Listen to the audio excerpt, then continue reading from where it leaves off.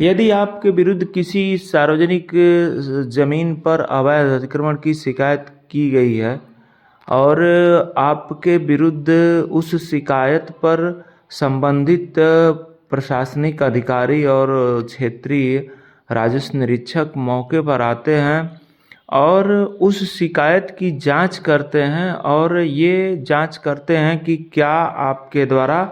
किसी सार्वजनिक संपत्ति पर किसी लोक प्रयोजन की भूमि पर अवैध अतिक्रमण किया गया है या नहीं किया गया है।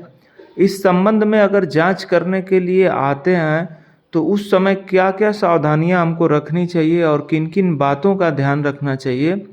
और उसकी क्या प्रक्रिया है, इसके संबंध में क्या नियम क्या कहते हैं, इसके संबंध में हम आज आपको बताएंगे। जिसमें अगर आपने आपके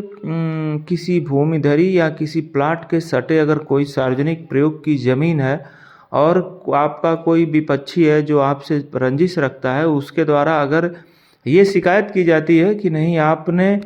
उस सार्वजनिक प्रयोग की ज़मीन पर अवैध कब्जा किया है, और ऐसी सूरत में अगर प्रशासनिक अधिकारी मौके पर आते हैं जांच करने के लिए, तो आपको किन किन बातों का ध्यान रखना चाहिए और वहाँ जो जांच की कार्रवाई है वह नियमानुसार किस तरीके से होनी चाहिए, इसके संबंध में जानकारी देंगे हम आपको। और यदि आज तक आपने हमारे चैनल को सब्सक्राइब न किया हो तो ऐसी जानकारियों के लिए कृपया हमारे चैनल को सब्सक्राइब करें। प्रथम अगर ऐसा कोई समस्या आती है तो आप जो आपकी भूमिधरी का नंबर है और उसका जो नक्शा है उसकी नाप करा लें, और आपके बगल में जो सार्वजनिक प्रयोग की ज़मीन स्थित है उसके बंदोबस्ती नक्शे की नाप करा लें और ये मिलान करा लें कि दोनों के नक्शे जो है उसके खतौनी में दर्ज रकबों के अनुसार बने हुए हैं या नहीं बने हुए हैं। इसकी मिलान कराना बहुत ज़रूरी है, क्योंकि कहीं कहीं देखा जाता है कि खतौनी में रकबा कुछ और है और नक्शा उसका कुछ और बन जाता है, तो ऐसी स्थिति में भी आपको परेशानी का सामना करना पड़ सकता है। तो इसके लिए आप करें कि जो बंदोबस्ती नक्शा रिकॉर्ड में मौजूद है उसकी नाप करा लें और नाप करा के ये देख लें कि वो खतौनी में उसका जो दर्ज रकबा है उसके अनुसार बना है कि नहीं है। दूसरी बात, अगर कोई कर्मचारी या संबंधित अधिकारी मौके पर आता है उसकी जांच करने के लिए, नाप करने के लिए, तो सर्वप्रथम उससे ये अपेक्षा करें कि आप जो भी नाप करवाएं मौके पर उपस्थित होकर, तो वह नाप जो है बंदोबस्ती नक्शे में जो फिक्स पॉइंट होते हैं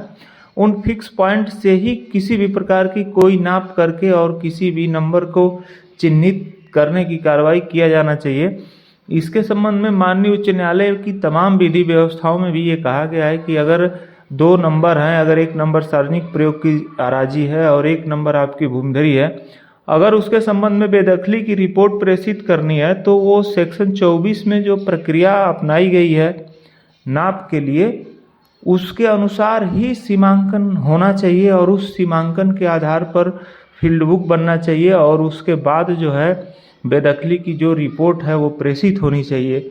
तो ये भी सुनिश्चित कर लें कि अगर जिस सार्वजनिक प्रयोग की ज़मीन की नाप की जा रही है उसकी नाप फिक्स पॉइंट से, यानी बंदोबस्ती नक्शे में जो मुकाम दिए गए हैं, बंदोबस्ती पत्थर दिए गए हैं, उनसे वो नाप की जा रही है या नहीं की जा रही है, इसको भी अवश्य ध्यान दें और वो नाप जो है बंदोबस्ती पत्थरों से ही करवाएं या बंदोबस्ती कुआं मौजूद हो तो उससे करवाएं। इन बातों का विशेष ध्यान दिया जाना चाहिए बेदखली की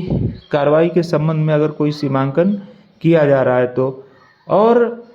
और यदि नक्शे में बंदोबस्ती मुकाम चिन्ह अगर नहीं मिल रहे हैं तो इसमें बंदोबस्ती कुआं या अन्य कोई पुराने पत्थर हो या अन्य कोई पुरानी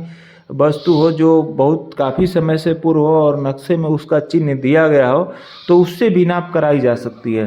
तो इन सारे बातों का ध्यान रखा जाना चाहिए जिससे कि आप परेशानी से बच सकते हैं। और ये जानकारी आपको कैसी लगी ये कमेंट बॉक्स में ज़रूर बताएं, और यदि आपने हमारे चैनल को सब्सक्राइब ना किया हो तो कृपया इसे सब्सक्राइब करें, ऐसी जानकारियाँ आपको प्राप्त होती रहें। धन्यवाद।